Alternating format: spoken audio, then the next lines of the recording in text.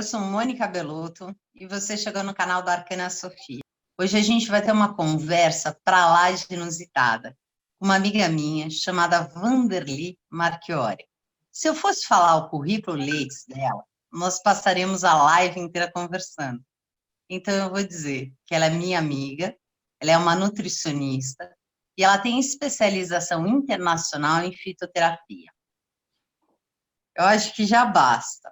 Mas depois, qualquer coisa, você dá uma olhadinha lá no currículo Lattes dela. O que eu quero falar com a Vanderly hoje é qual é a verdade sobre as ervas medicinais. Isso existe? A gente precisa estar na mesma vibração da erva para a erva fazer efeito? Nós podemos fazer uso indiscriminado de plantas? Como é que funciona?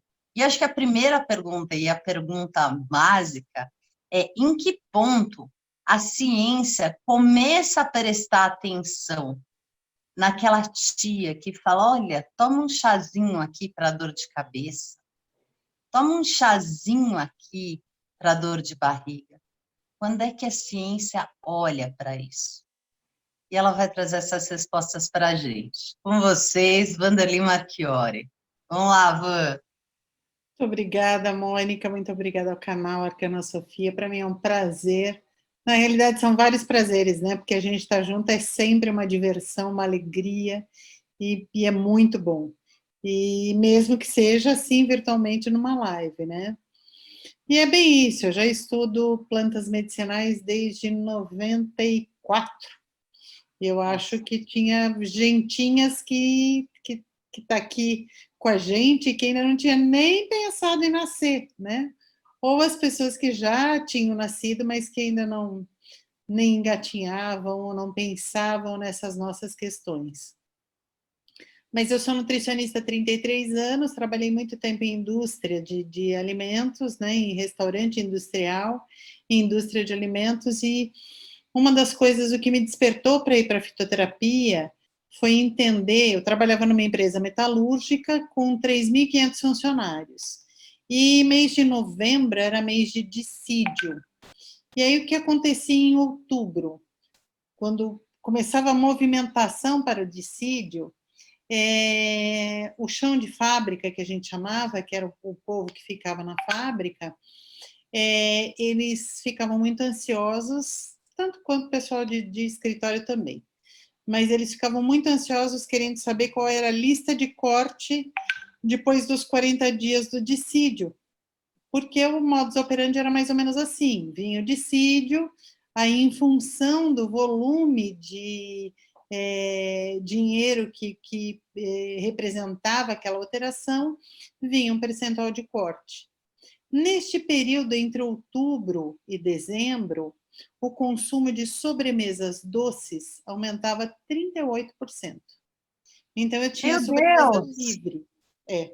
Eu tinha um cardápio que era assim, era salada, arroz, feijão, a carne, a proteína era porcionada, até porque o impacto de custo era muito alto, e aí eu tinha sempre um doce e uma fruta para que ele escolhesse. E quando chegava nesse período, ele escolhia as duas muitas vezes, mas ele comia 38% mais de doces, né? E aí eu comecei a tentar entender o que era aquilo, até entrar um médico para trabalhar dentro do nosso departamento de saúde, que ele era homeopata. E aí aquele médico homeopata olhou para mim e disse assim, eles são ansiosos, por isso que eu trago chá de cidreira para cá todas as manhãs. E aí a enfermeira, que era muito minha amiga Margarida, ela veio num tom de fofoca assim, sabe?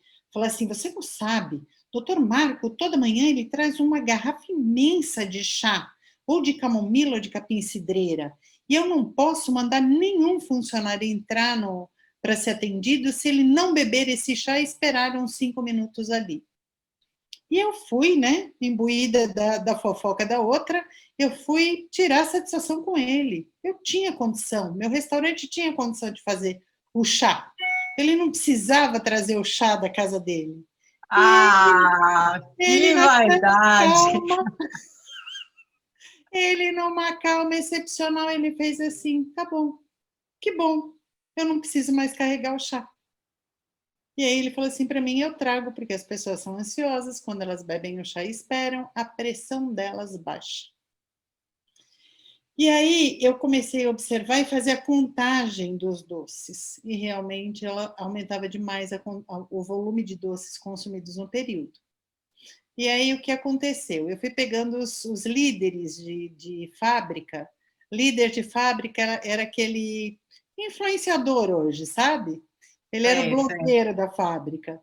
Eu fui pegando os líderes e fui conversando com eles para a gente trocar o chamate que eu mandava todas as manhãs para alguns pontos estratégicos e trocar por chá de camomila ou chá de cidreira. E deu super certo. E com isso a gente observou que o número de atendimentos no departamento médico reduziu bastante. Até porque as pessoas começaram realmente a gerenciar a sua ansiedade de maneira diferente. Ele não durou muito lá na empresa, porque uma pessoa assim progressista não duraria dentro de um caldo cultural tão tradicional e tão fechado, mas ele abriu uma grande porta para mim, eu sou muito grata a ele por isso. E aí eu Nossa, fui mas estudar. fantástico, hein? É uma baita sacada do médico, de falar, vamos acalmar antes de receitar, né? Que ser humano fantástico. E já abriu as portas, né? Que é o que é mais legal, né? Sempre tem alguém para dar resposta para a gente, não é? Pois é, pois Muito é. interessante. E aí, quando eu fui dispensada de lá, um pouco antes de eu ser dispensada da fábrica, que uma hora chegou minha vez, né? Eu já estava com 10 anos ali naquele posto e realmente o departamento de RH era muito grande, eles precisavam fazer cortes. O outro médico que trabalhava com ele olhou para mim e ele fez assim: eu vou te dar o que você precisar de suporte para você não pedir as contas, porque o chefe, né, o nosso chefe, é um cara que não é bacana. Né? Hoje ele seria, né, hoje em dia ele seria citado por assédio moral, com certeza, entre outros pontos, mas ele fez assim, eu vou te dar todo o suporte. E naquele momento, o que ele fez? Ele me prescreveu uma cápsula de maracujá, uma cápsula de passiflora, porque ele disse assim, você vai tomar de manhã, e aí qualquer desaforo que você receber, você vai olhar e vai sublimar. E era uma coisa, para mim, no auge dos meus 30 anos, inadmissível, porque eu não levava desaforo para casa. Eu ia lá, enfrentava, e tem uma história muito impactante que eu peitei um motorista de ônibus que era um terceiro que me prestava serviço, e eu tive que andar com escolta durante 3 meses, porque eu fui ameaçada de morte. Então, Tomar para chá mim, de cidreira, né? E tomar chá de cidreira. então, imagina uma mulher que ia lá e né, brigava de igual para igual com uma arada, tomar uma cápsula de passiflora e olhar para alguém fazendo desaforo e eu olhava assim, com um olhar bem blasé e dizia assim, coitado, você não sabe o que te espera, né? Eu estou bem, eu estou tranquila. Mas eu acho que o meu encantamento por planta medicinal começou aí. E aí eu tive a grande oportunidade, quando eu saí de lá, de fazer minha formação em medicina complementar com o Dr. Deepak Chopra, na Nossa, época que ele era médico. que Então, legal. ele mesmo apareceu só umas 2 vezes lá no curso, mas a equipe dele, fantástica.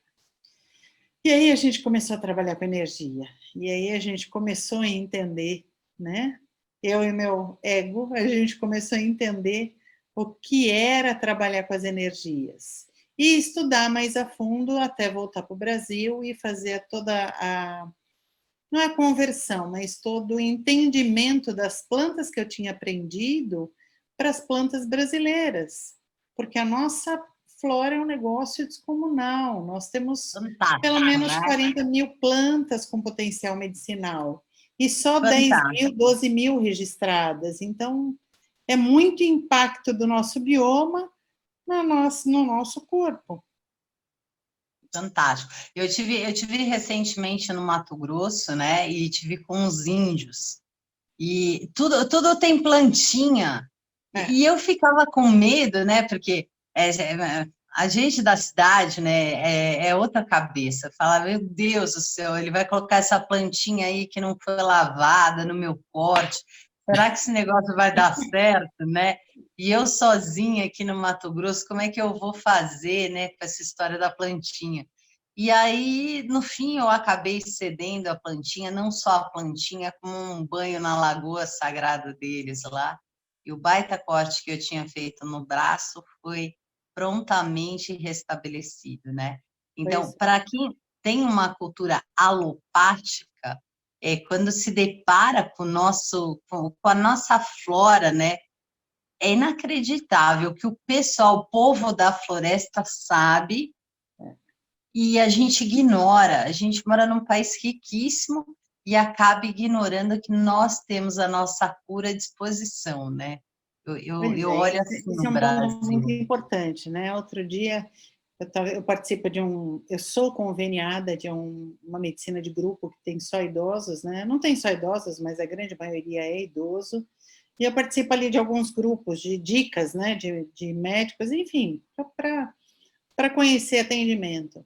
E aí, outro dia, um senhor indignado, ele escreveu um post indignado que ele tinha levado a esposa dele num consultório de um ortopedista e ela estava com uma inflamação muito séria, acho que no joelho ou ombro, e o médico tinha dado uma planta medicinal e que ele pagava para o convênio por um atendimento médico e não por um atendimento esotérico. Meu Deus. E aí eu parei e falei, bom, né, agora a sabedoria e a idade trazem algumas coisas para a gente, eu comecei assim, não, eu não vou gastar a minha digital para discutir isso, não. Eu vou deixar passar, né? Deixa eu ser paz e amor, né? Deixa eu lembrar da cápsula de passiflora, e no arrobo de hipoglicemia, talvez. Eu falei, não, ele merece uma resposta. Vamos lá. E aí, o que você E aí aprontou? eu comecei a explicar para ele o seguinte, eu falei, meu amigo, isso aí não é esoterismo, nada contra nem a favor esoterismo, o objeto da conversa não é este. O objeto da conversa é o seguinte, fitoterapia é ciência. E cada vez que o senhor toma um ácido acetil salicílico para sua dor de cabeça ou para passar sua febre, o senhor está tomando um medicamento, um fármaco que foi desenvolvido a partir da molécula do salicilato que foi extraído do sabugueiro. Então, se o senhor não quer tomar nada que venha de planta medicinal, não tome remédios, porque a grande extensa maioria deles tem origem em uma molécula de uma planta medicinal. E aí eu acho ótimo que o senhor não tome remédios, porque a rede pública ficará com muito mais produto disponível para quem tem, né, cérebro pensante que precisa de tratamento real, porque o seu tratamento não é real. O que o senhor precisa é de uma reeducação no sentido amplo da palavra, porque ignorância a gente pode contornar, desrespeito não. E o senhor está desrespeitando todas as terapias complementares e todas as medicinas orientais que funcionam muito bem há centenas de milhares de anos. E aí, depois disso, eu não fui a única, né? Mas aí, depois de 2 dias, ele voltou lá pedindo desculpas a todo mundo que ele tinha ofendido. E eu espero, de verdade, porque eu não sou muito boa de vez em quando, eu espero que ele tenha tido uma dorzinha de cabeça no meio do caminho e tenha repensado na hora de pegar o AS para tomar. Não, mas é interessantíssimo, né? Eu jamais também imaginaria que o AS ele vem do sabugueiro, né? Que a molécula, que quem pensa retirou isso de um fármaco natural, né? A gente está acostumado a tomar tanto sintético e tudo que praticamente a gente vem comendo, a impressão que a gente tem é que cada vez está mais sintético, né? E isso é entristecedor. né? Eu fico Mas eu acho que pensando, o que que a muitas gente vezes está é só uma colocando, impressão, Mônica. né? Às vezes é só uma impressão. Eu acabo de lançar, eu estou numa startup hoje que lançou agora, dia 18 de novembro, uma molécula do urucum.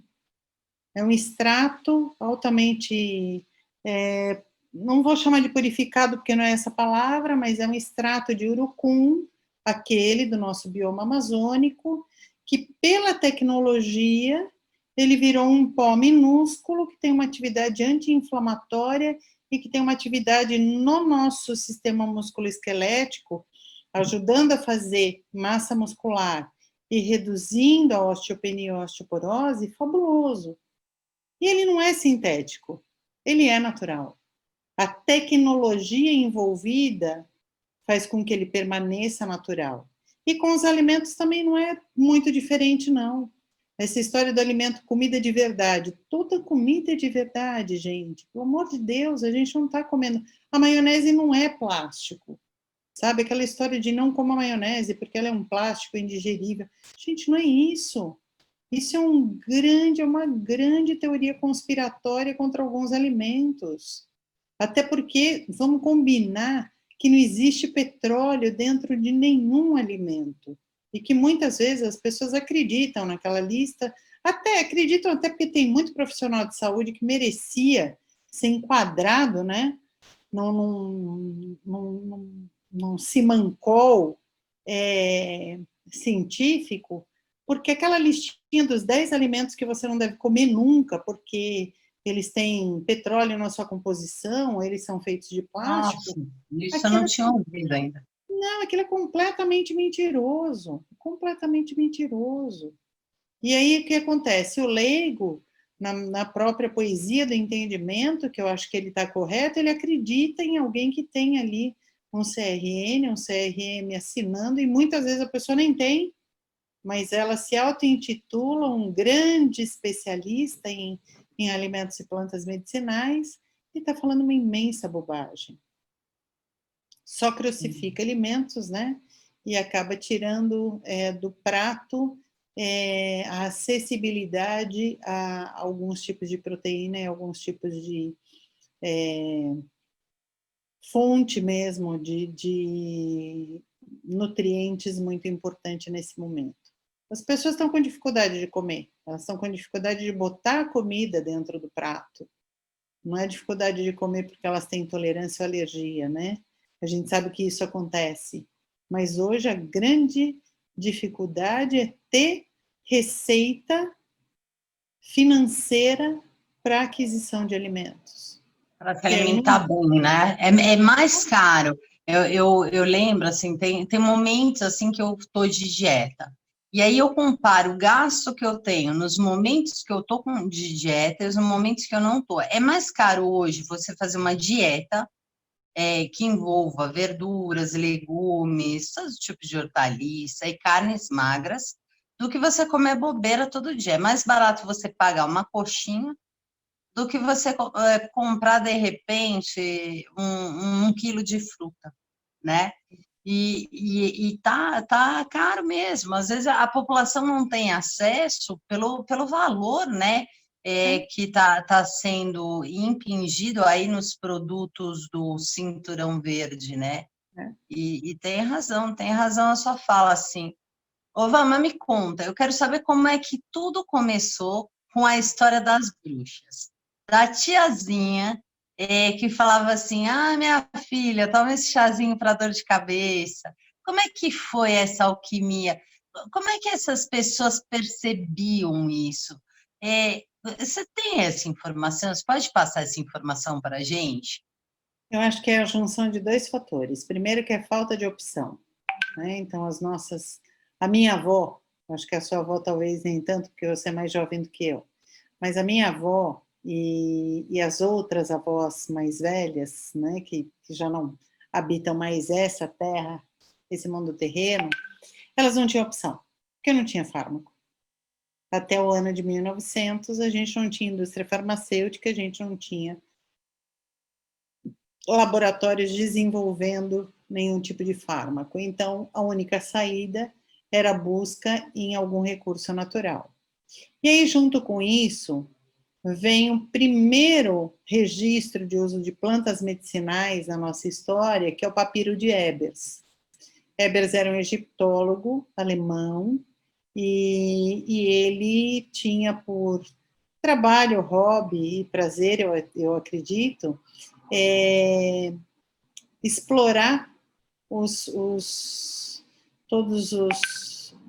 as descobertas das múmias e dos faraós e de todas as fortunas arqueológicas. E ele foi a primeira pessoa que descobriu ao lado de um faraó um documento, uma carta, que acabou sendo chamada de papiro de Ebers, que lista todas as substâncias que foram usadas para embalsamar aquele corpo. E aí o que acontece? Era usado como base a gordura do carneiro, e na gordura do carneiro se colocava zimbro, se colocava linhaça triturada, se colocava alecrim, se colocava várias plantas medicinais, que hoje a gente sabe que são plantas que têm papel, alho, muito importante, se colocava alho, que tem um papel bactericida e bacteriostático, ou seja, envolver aquele corpo morto com aquela pasta preservava os tecidos durante muito mais tempo. Eu acho que o cheiro era tão ruim que daí veio a grande máxima de que o alho espanta vampiros, né? Porque imagina numa tumba minúscula um corpo ali que foi embalsamado com uma pasta de gordura de carneiro com alho e outras especiarias.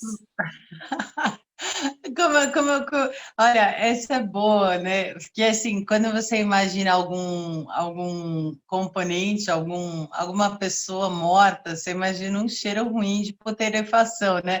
Eu imagino a situação de alguém abrir um sarcófago lá. Isso é um cheiro de alho, né? Deve ser terrível mesmo. E aí, Ai, pegando Deus, já o gancho do legal. alho, o que aconteceu? Veio Liceu Pasteur. Pasteur pegou o alho e começou a estudar o alho em bancada, naquelas plaquinhas de Petri que a gente viu no ensino médio. E aí ele colocava as bactérias, fazia cultura de sujeira, a bactéria crescia, ele colocava o alho, e aí ele descobriu que o alho tinha propriedades bactericidas, fungicidas e antivirais, ou seja, que ele combate o crescimento de vírus, bactérias, e que, além disso, ele impede o crescimento de outros tipos de fungos, o que é extremamente importante, que foi um grande momento de um olhar científico, eu vou chamar assim, um olhar científico para o que era só um mito, era só uma tradição. Tá? Então, acho que esse é um grande ponto. E aí, todos os chazinhos das nossas avós, hoje eles viram hipótese para trabalhos de mestrado e doutorado. Então, hoje nós temos uma equipe estudando, por exemplo, o uso do extrato da marapuama e da catuaba para tratar depressão, e não para ser um estimulador sexual, porque isso já se comprovou que não é.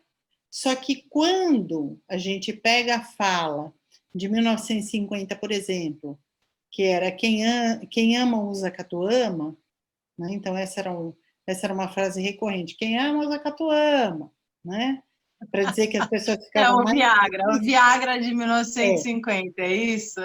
Na realidade, talvez não desse esse up, né, no dito cujo, mas melhorasse, né, eu acho que naquela época que melhorava era a energia da pessoa como um todo, e ele acabava ficando mais disposto sexualmente também. Eu funcionava como um placebo, né? Às vezes Placebo não só... funciona. Não, placebo até pode funcionar, mas na realidade ele melhora muito a energia como um todo, você fica bem disposto. E quando você está bem disposto, naturalmente você acaba tendo Uma melhor. vida mais ativa, né? Uma vidinha mais moderninha, né? Vanderly, eu tenho uma curiosidade, eu quero saber se isso é verdade ou não. É o seguinte, é verdade que o uso dessas plantas, dessas ervas medicinais, fazem abrir chakras? Você já ouviu sobre isso? O que que isso tem de verdade? O que que isso tem de fake news, né? Para usar o termo do momento. Na realidade, a gente tem aí uma outra interpretação de planta medicinal. Talvez as pessoas estejam se referindo à aromaterapia. Quando a gente faz uso da aromaterapia, e aí precisa ser um óleo essencial de boa qualidade, tá? Porque precisa ser de boa qualidade? Porque o óleo essencial, ele precisa ter um grau de pureza que você possa inalar. E quando a gente usa óleo essencial, uma coisa é muito clara, a gente não deve ir além de 2 gotas, porque cada gota de óleo essencial equivale, em média, 30 a 50 xícaras de chá daquela planta. Então, a gente tem que ter isso muito ali claro na nossa cabeça, ele é muito potente.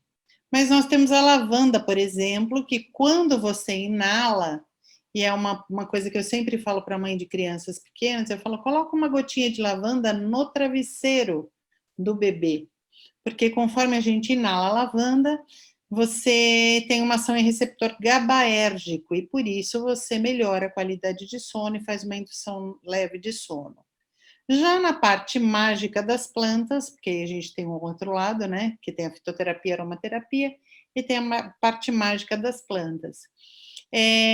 Cheirar a planta assim ao vivo não vai ter muito, não vai ter, acredito que nenhum tipo de papel. Agora, se você fizer uma infusão e fizer uma inalação dessa infusão, você vai ter uma melhora na recepção desses óleos essenciais. Abrir chakra, eu acho que é meio demais, sabe? Eu já ouvi falar, mas nunca de pessoas que eu pudesse dizer, olha, esse eu confio para que isso aconteça.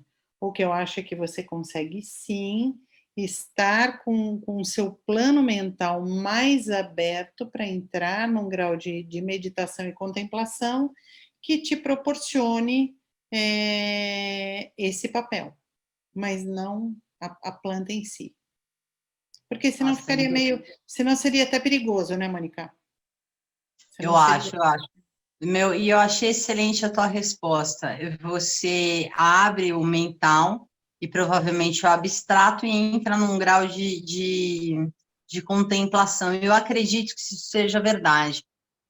Quando eu era mais jovem, meu pai, nós tínhamos um sítio, meu pai fazia a infusão de várias ervas. Ele pegava o alecrim, ele pegava a alfazema, e aquele perfume pela casa toda deixava todo mundo esperando o ano novo. E era muito engraçado, porque ele tinha um hábito de fazer isso, né? Todo ano ele fazia. A E você defumação, né? mistura. Ele ia Ele fazia. defumando os lugares, né? Ele ia defumando.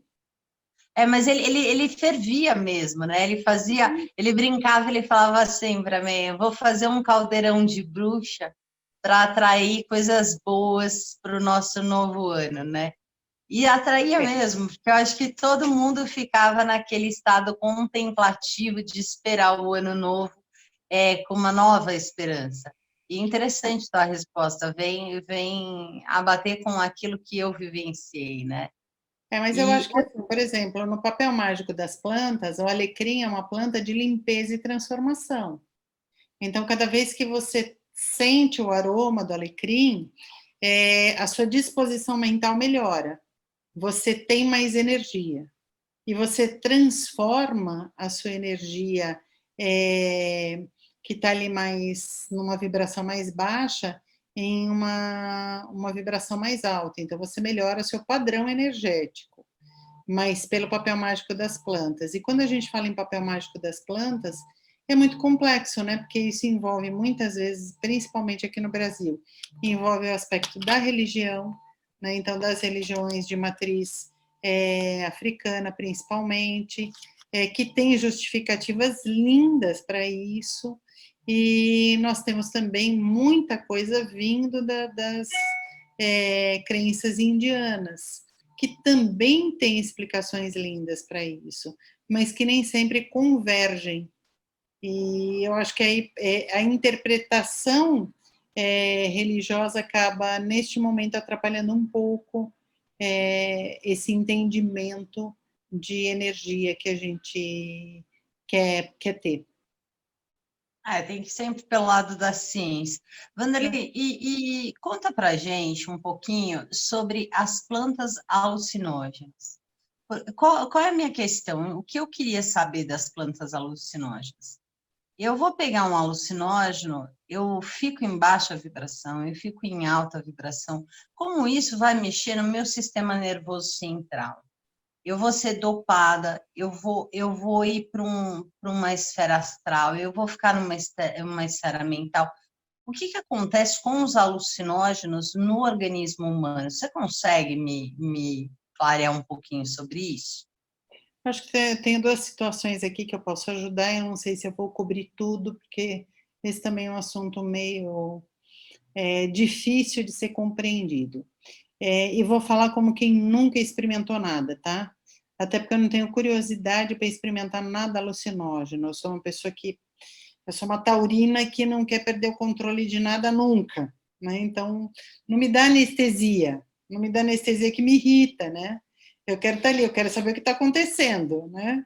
E eu acho que usar um chá tipo Jurema, usar um santo daime, é perder o controle, sim, em vários momentos. Eu fiz uma revisão científica com alunos de uma pós-graduação que eu conduzi, de prós e contras do santo daime. Então, usar o santo daime é misturar chacrona com mariri, que são duas plantas. E aí é muito poético, é muito bonito a história, né? Porque a gente tem a planta, que é o mariri, que é a folha. Quem manipula as folhas são só as mulheres, porque a parte feminina da mistura. E a chacrona, que é um caule, né? Realmente parece uma raiz, mas na realidade é um caule. Quem manipula são os homens, porque é a parte masculina da planta. E eles dizem que é masculina porque ela é muito mais resistente, porque ela é mais rígida e que a suavidade está nas folhas do mariri. Qual é a real interpretação disso dentro da fitoterapia? Nós temos a chacrona tendo uma atividade realmente em sistema nervoso central, e através dessa atividade em sistema nervoso central, ela altera a percepção de consciência. E aí nós temos o mariri, que tem uma ação puramente gástrica. E qual é essa ação? Ela irrita, um excelente irritante de mucosa gástrica e te faz vomitar muito. E se você vomita muito, obviamente que a concentração dos fitoquímicos da chacrona no seu sangue aumenta, porque você entra em uma situação de hipovolemia menor ou maior, tá? Pode ser muito pouco, você pode vomitar 2 vezes, mas existem relatos de pessoas que abusam da quantidade ou não sabem, né? Muitas vezes a pessoa que está preparando ali, porque são vários grupos, né? Nem todos são orientados corretamente, fazem uma concentração muito alta das plantas e as pessoas vomitam de 10 a 12 vezes. Até porque existe um grupo que usa o chá de santo daime em rituais com dança circular. Então, você fica ali, no meio de uma fogueira, né, ao lado de uma fogueira, não no meio, mas ao lado de uma fogueira, fazendo dança circular com uma bebida que irrita o seu estômago. Obviamente que você vai vomitar muito. E aí a chacrona vai te deixar com muito mais alteração no seu estado de consciência. Então, tem relatos, tem alguns poucos trabalhos com relato de caso melhorando casos de depressão e outros realmente com alteração de neurônios e com efeitos deletérios. Eu conheci um rapaz, muitos anos atrás, que ele já estava num desses grupos desde, acho que de 14, 15 anos, conheceu a ex-esposa lá e eles decidiram usar durante a gestação. Então, quando ela engravidou, eles decidiram usar porque a grande sacada dele é que a menina, nasceu uma garotinha, né? É que a menina estaria muito mais aberta aos planos superiores. E aí, quando eu conheci, a menina tinha uns 3 aninhos, né? E ele já era separado. Eu falei, cara, desculpa, para mim isso é muito bizarro, isso é um risco muito alto. Ele é extremamente criativo, ele é extremamente... Ele foi elencando uma série de características da criança. E depois de alguns anos, conversando com uma pessoa em comum, ele disse assim, nossa, ele está com um problema seríssimo, porque a garota tem problemas cognitivos sérios. Então, para mim, nada tira da minha cabeça que não tenha sido exatamente no momento em que o sistema nervoso central está sendo, né, fabricado dentro da gestação, que essa mãe tem usado uma erva alucinógena que provocou um dano maior, infelizmente. Tá? Então, acho que existem relatos. Eu tenho uma paciente que ela foi para um ashram lá em Mato Grosso, ela foi 2 vezes no espaço de 1 ano, e ela melhorou muito da depressão, muito. E ela me diz assim, eu bebi uma caneca e literalmente expulsei todos os meus demônios e voltei bem. E aí vai mais uma vez, né, a história da gente acreditar naquilo que a gente está fazendo, né, a nossa vontade de melhorar. Quem nunca, né? A gente tem vontade de melhorar, né? Quem está ali em depressão sofrendo vai ter um efeito placebo positivo, né? Em geral, então acho que esse é um ponto muito importante. Eu tenho muitos cuidados e não recomendo se não tiver um acompanhamento bastante sério. E tem grupos que têm acompanhamento bastante sério, sim, tá? Eu conheci um grupo, porque tinha um grupo que eu falei assim, meu lance é ir para ver o que acontece. Eu não quero ir para beber, eu quero ir para ver o que acontece, talvez lá eu decida que não tem risco, eu quero experimentar. E só teve um grupo que me aceitou, para que eu fosse sem beber. Porque eles ficam com muito medo de que os rituais sejam mal interpretados.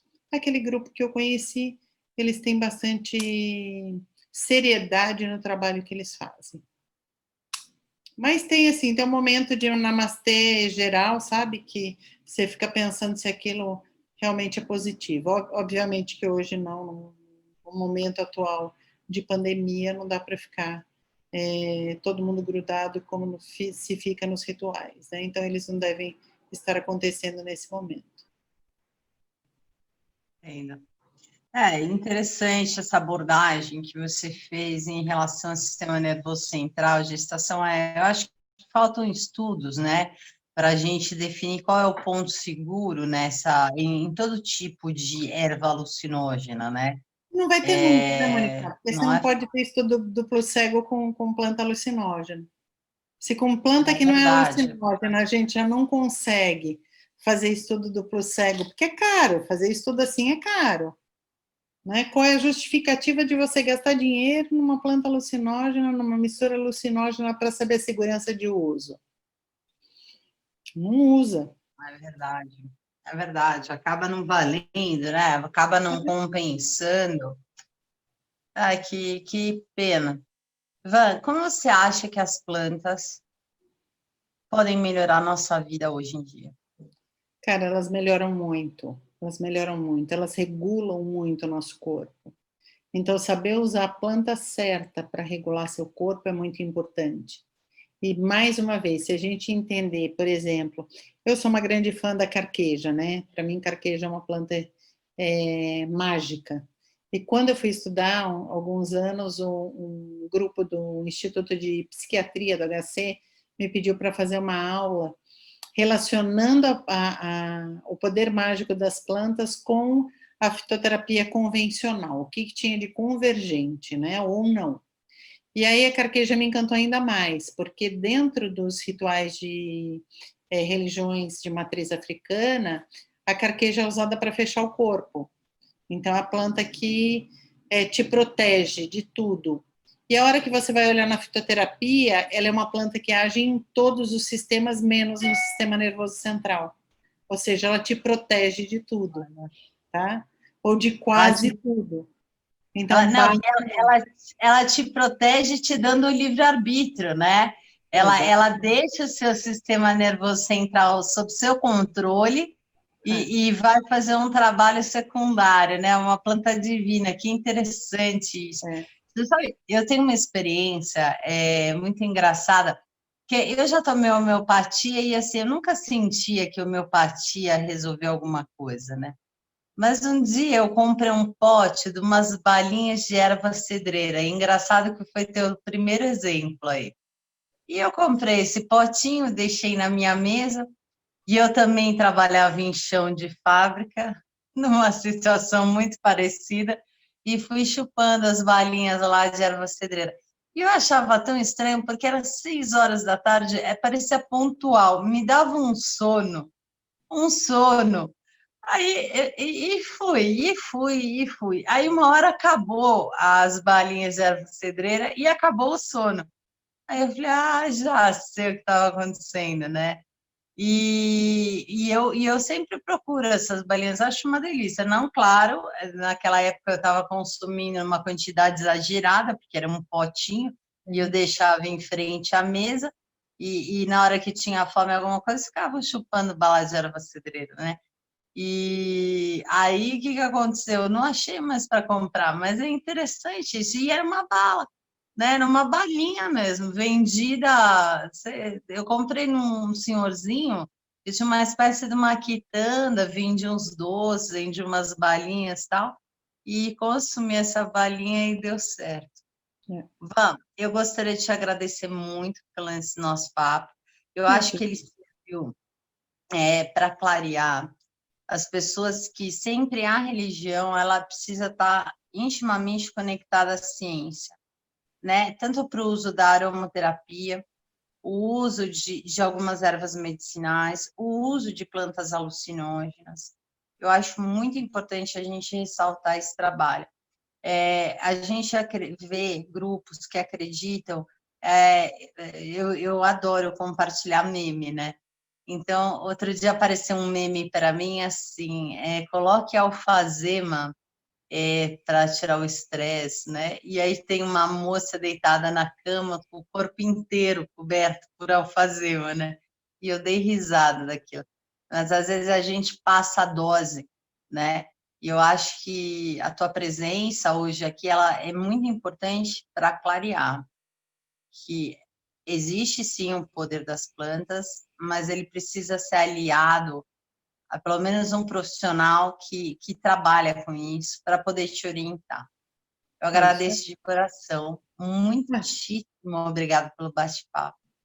Imagina, eu que agradeço a oportunidade, eu estou aberta sempre. Quando você quiser e precisar, a gente marca outro horário com outro tema correlato.